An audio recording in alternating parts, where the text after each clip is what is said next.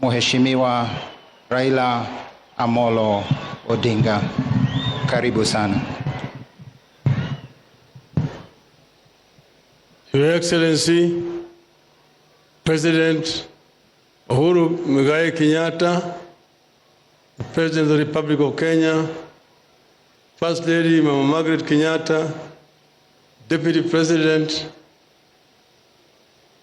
Archbishop Anthony Muheria, and all the clergy, the family of our departed Mzee Emilio Mwai Kibaki, waombolezaji wote ambao wamefika hapa. God is good and all the times. Asanteni sana. We have come, as I said yesterday, to take final farewell to a great Kenyan patriot. Now, I want to say a few things today about Mwai Kibaki. I want to say that the life and history of Mwai Kibaki is very much contemporaneous with the history of independent Kenya. Because as you said, Kibaki resigned from teaching to come and join the liberation movement. He was the chief executive officer of the most vibrant national movement for liberation, KANU. And in the elections of 1963, KANU won the elections, beating the then opposition KADU. Then, after that, Kenya became first independent, eventually a republic. So he was assistant minister, vice president, and a president, leader of opposition. But development in Kenya after independence are very much akin to what took place in the rest of the African continent. The constitution that brought independence was a fairly liberal constitution with a devolved system of government called Majimbo. And through a series of amendments, Majimbo was disbanded. Then also several amendments were introduced to the constitution, which basically removed power from the periphery to the center. We ended up with a very authoritarian, or what we call imperial presidency. To cap it all, in 1982, they brought Section 2A, which introduced a single-party system. They was introduced by the then Minister for Justice and Constitutional Affairs, our friend Charles Njonjo. Mwai Kibaki is the one who seconded it.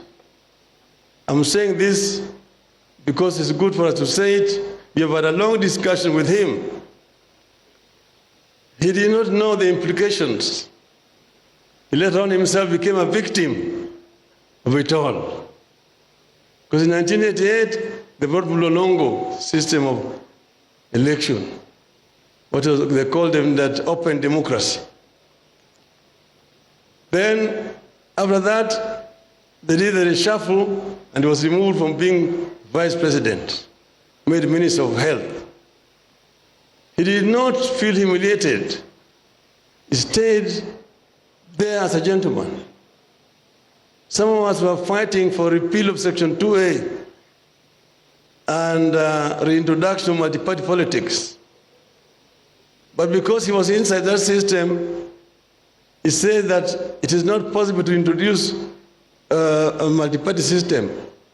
But those of us who were calling for it were like somebody cutting a mugumo tree, the razor blade. Fortunately, with the fall of Berlin Wall, the wind of change that was blowing in Eastern Europe began to also blow in Africa. And through it, Section 2A went. And now we are allowed to form a political party.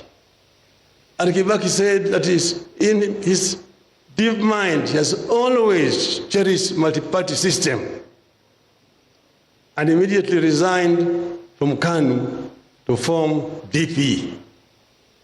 So he joined us. We were already then in Ford, and he joined DP. Then Ford also eventually split into Ford Kenya and Ford Asili.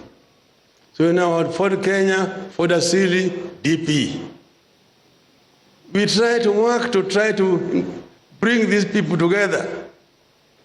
Ken Matiba, Jaramogi, and Kibaki. Eventually tried to, with Kibaki's people, were negotiating. Uncle George Mohoho is here. And the late John Keane, Gigi Muigai, we tried to negotiate. It was not possible. And we said that if you guys don't agree to hang together, you shall be hanged separately. So we went to the elections, and truly they were hanged separately. One whole post there for Matiba, one for Kibaki, one for Jaramogi. So, but we came together now in the opposition. First Matiba was the leader, then Jaramogi. Then both of them eventually went. In 1997, we now tried to come together again. There was Kibaki, Amalu Kijana, Charity Ngilu, and yours truly.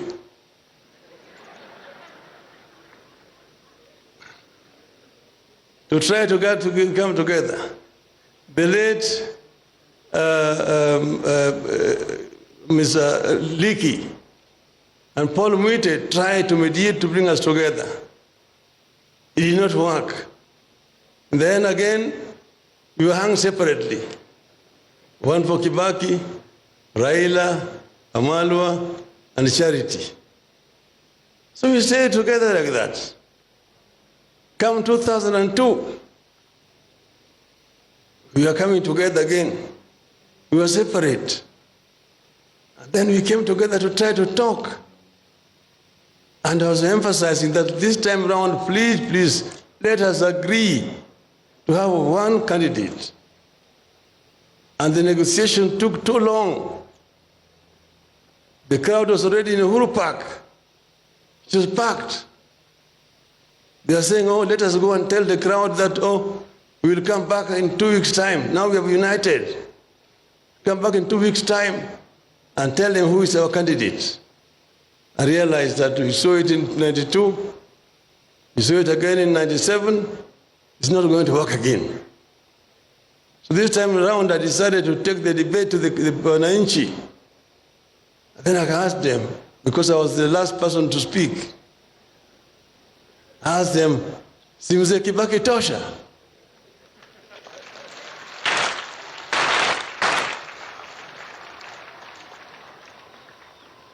And the crowd roared back, Kibaki tosha, na wakaanza kuimba, yote yawezekana bila Moi. That is the NAC revolution. The rest is no details. But I was saying this because I saw where we are, and we had a long discussions with Mwai Kibaki. In my view, Mwai Kibaki had the knowledge, the experience that we needed in that period of transition. I got actually hit so hard. By the time I arrived home, my wife had received so many phone calls saying how I had messed up. But I said, there's no going back. We'll move forward together with Mwai Kibaki. So I'm here with my wife Aida there, and my elder brother, Dr. Uburu. They've come here as the family of Jaramogi. Now, we had we sat down and signed an MOU. That is what we are going to do after we formed the government. This famous or infamous MOU. And when we were negotiating, everybody was very fresh. Kibaki is the one who suggested we need only 3 months. We will have passed that new constitution. Unfortunately, when we left, we started the campaign. And we went for campaign in Kitui. We ran around and we slept in the residence of Mr. Musila, former PC. When we left, we went for rallies in Kitui down, came back to Kitui town. We were rushing back now to Nairobi. My car was leading. But then they told me Kibaki was in a rush for another appointment in Nairobi. So I let them pass. So we were following. Then we come toward the junction there, Machakos Junction, and the accident. So from there, we put them in a car, Msila's car, and we were following, coming to Nairobi. We were found in Nairobi Hospital. We arrived at Nairobi Hospital, and the crowd is there. He's taken inside and for treatment, emergency. The crowd was so anxious, what's happening? So I came out and I told them, look, our captain is injured, but the march will continue and we shall win this march.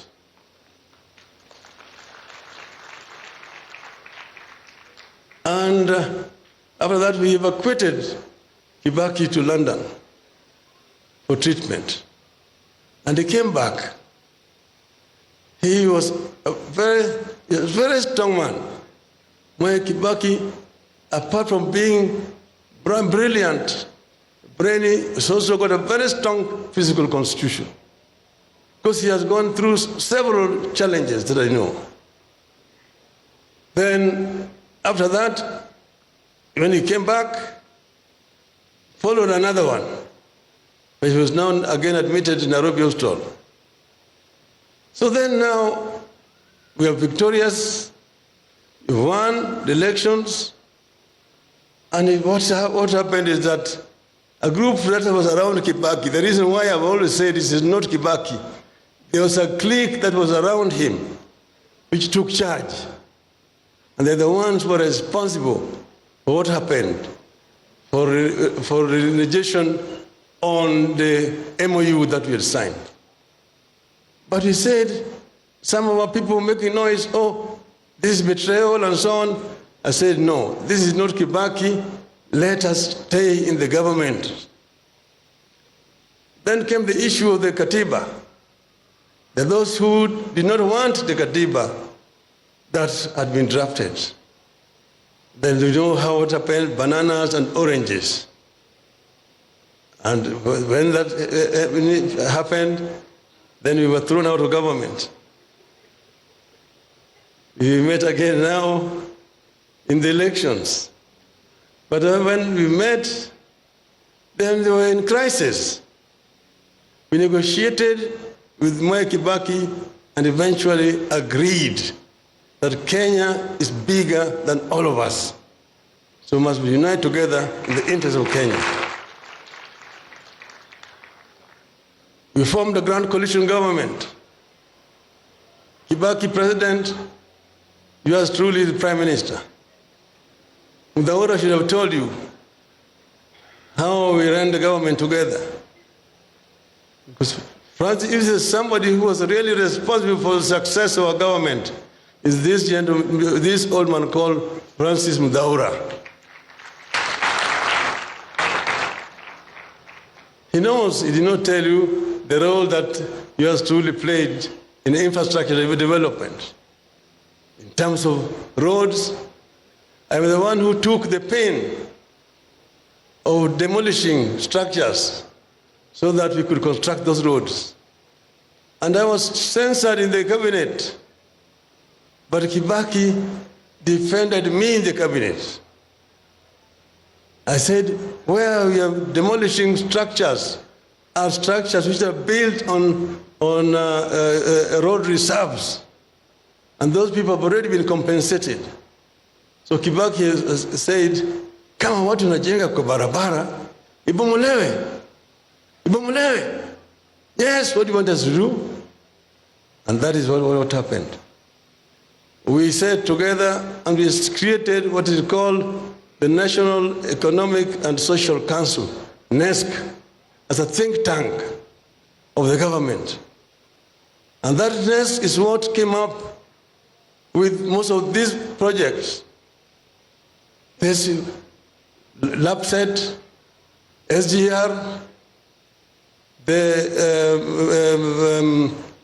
Konza, ICT City, special economic zones. All these came about as a result of the discussions in the think tank.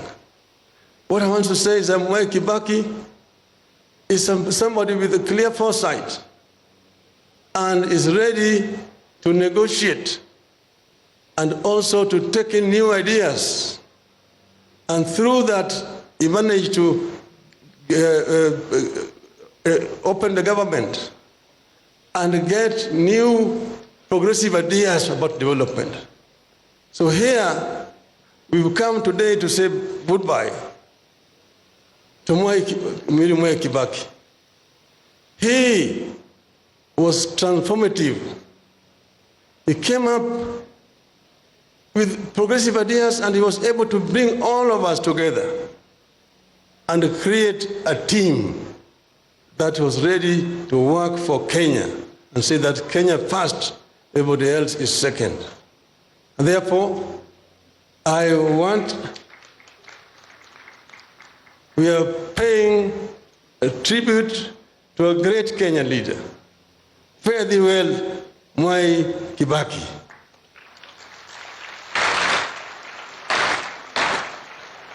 In your journey, convey our greetings to Hayati Mzee Jomo Kenyatta, to Jaramogi Oginga Odinga, to Thomas Joseph Mboya. Say farewell also to Nyayo when you meet him.